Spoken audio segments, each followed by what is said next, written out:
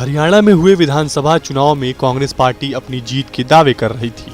राज्य की 90 सीटों के लिए 5 अक्टूबर को वोट डाले गए थे। इन चुनावों में कांग्रेस के मुकाबले बीजेपी को कमजोर आंका गया था। जानकार भी हरियाणा में बीते 10 साल में बीजेपी की सरकार को लेकर सत्ता विरोधी लहर की बात कर रहे थे और चुनावों में कांग्रेस की जीत का दावा कर रहे थे। इसके अलावा 5 अक्टूबर को हुई वोटिंग के बाद देश के कई मीडिया संस्थान ने एग्जिट पोल के आधार पर कांग्रेस की बड़ी जीत के दावे किए थे। एग्जिट पोल में कांग्रेस को न केवल जीतते हुए दिखाया गया था, बल्कि 90 सीटों की हरियाणा विधानसभा में कांग्रेस को करीब 60 सीटें मिलने का दावा किया गया था। तो आइए आपको बताते हैं, पॉइंटवार समझाते हैं कि हरियाणा में कांग्रेस के हार की मुख्य वजह क्या रही। वोटिंग से पहले कांग्रेस की ऐसी हवा थी कि हर जगह मानो उसकी जीत ही नजर आ रही थी, चाहे वो हरियाणा के राजनीति के विशेषज्ञ हो या फिर वहां की जनता या फिर मीडिया संस्थान के एग्जिट पोल। लेकिन बीजेपी के माइक्रो मैनेजमेंट ने चुनाव के नतीजे बदल दिए। राजनीति के जानकारों की माने तो हरियाणा में 22% जाट वोटर हैं, जो काफी वोकल हैं, यानी खुलकर अपने बात रखते हैं।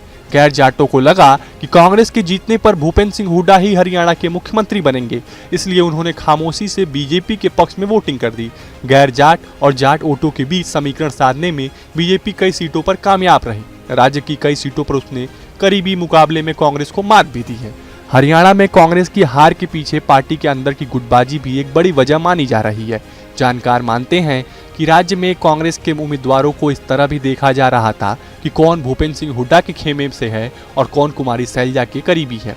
यही नहीं, कांग्रेस के कई उम्मीदवारों को आलाकमान यानी कांग्रेस के शीर्ष नेतृत्व का उम्मीदवार बताया जा रहा था। बीजेपी ने इस बार हरियाणा विधानसभा चुनाव में 25 सीटों पर अपने उम्मीदवार बदल दिए थे। इनमें 16 उम्मीदवारों ने जीत हासिल कर ली है। बीजेपी अपनी पुरानी 27 सीटें बचाने में कामयाब रही, जबकि उसने करीब 22 नई सीटों पर जीत हासिल की है। लोकसभा चुनाव में बीजेपी को राज्य में करीब 44 सीटों पर सबसे ज्यादा वोट मिले थे, जबकि कांग्रेस को 42 विधानसभा क्षेत्रों में आगे रही थी। इस लिहाज से दोनों दलों के बीच काफी छोटा अंतर था। जानकारों के मुताबिक लोकसभा चुनाव में दलित वोटों का बड़ा हिस्सा कांग्रेस के खाते में गया था, लेकिन मौजूदा विधानसभा चुनाव में यह वोट कांग्रेस से दूर जाता दिख रहा है। यही नहीं, पिछले विधानसभा चुनावों के मुकाबले इस बार राज्य में आम आदमी पार्टी ने भी राज्य में अपने वोट बैंक के करीब 1% का इजाफा कर लिया है। हरियाणा विधानसभा चुनाव के नतीजों पर गौर करें तो 10 से ज्यादा सीटों पर छोटे दल या निर्दलीय उम्मीदवार कांग्रेस की हार के पीछे बड़ी वजह रहे। आम आदमी पार्टी हरियाणा में कोई चमत्कार नहीं कर पाई, न ही उसे किसी सीट पर जीत मिली, लेकिन छोटे दलों और निर्दलीय उम्मीदवारों के बीच बटे वोटों ने कांग्रेस का नुकसान कर दिया। फिलहाल आपको हमारा ये वीडियो कैसा लगा हमें कमेंट बॉक्स में जरूर बताएं। देश और दुनिया की तमाम और यूपी उत्तराखंड की हर छोटी बड़ी खबर के लिए न्यूज स्टेट चैनल को सब्सक्राइब करना ना भूलें। न्यूज नेशन अब व्हाट्सएप पर खबरों के ताजा अपडेट के लिए न्यूज नेशन के इस QR कोड को स्कैन करें।